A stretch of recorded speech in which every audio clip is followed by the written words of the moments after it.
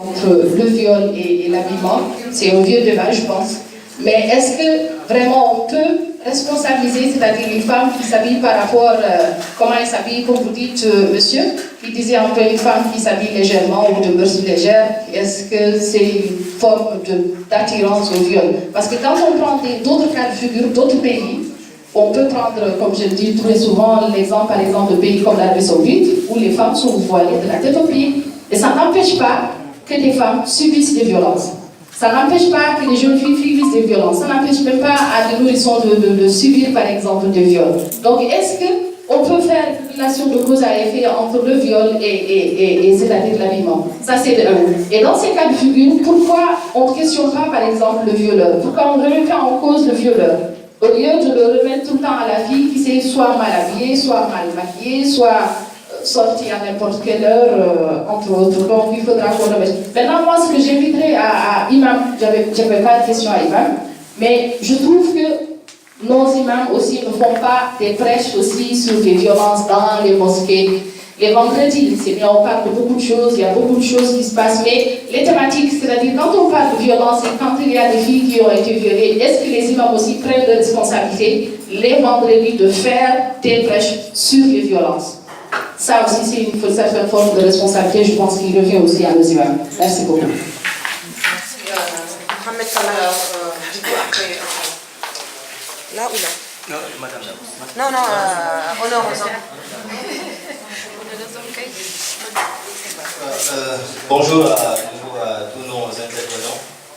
Moi, je vous remercie beaucoup pour ces interventions. Je pense qu'aussi c'est une belle occasion qu'on a aussi de changer le point de vue. Parce que souvent, les seniors sont entre eux et les jeunes sont entre eux, chacun dit des choses qui lui conviennent. Et c'est bien cette confrontation d'idées, parce que c'est toujours de la confrontation des points de vue que jaillit la lumière. Et, bon, sur les questions de Djenaba, peut-être que je ne vais pas perdre de temps, parce que je voulais aussi poser cette question-là.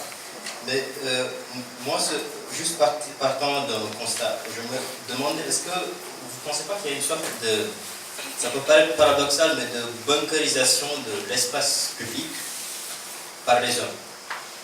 Donc, l'espace public est devenu de plus en plus, c'est ce qu'on voit aussi, un endroit où les femmes sont totalement absentes.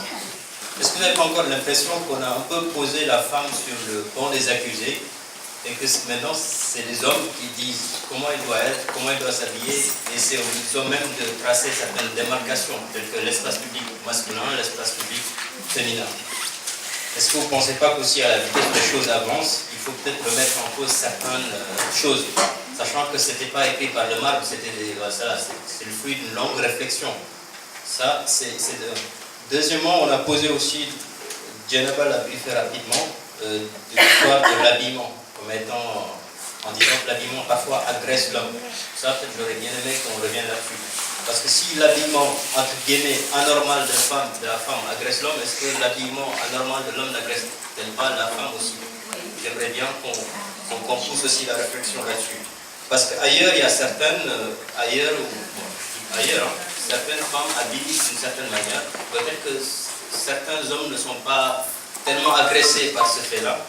Ailleurs aussi, certaines femmes peut-être se mettent de parfum, peut-être certains hommes arrivent à se retenir. Est-ce que ça ne révèle pas une certaine faiblesse aussi de la part des hommes? Alors, je pose juste une question comme ça, en tant que profane, et je suis preneur de vos remarques. Et dernièrement, j'aimerais bien conclure par une petite citation d'un poète perse des années médiévaux qui disait que si regarder la femme est un péché, faut-il pas cacher ses yeux au lieu de la femme? C'est juste une observation. Merci. Alors moi j'ai écouté avec de l'intérêt, je suis écouté par commentateur et présentatrice, et je trouve que c'est très intéressant d'ouvrir le sujet et de parler avec tout son cœur, de dire ce qu'on pense, sans le cacher avec des idées, pour qu'on puisse vraiment discuter de ce qui se passe en Iran. Là,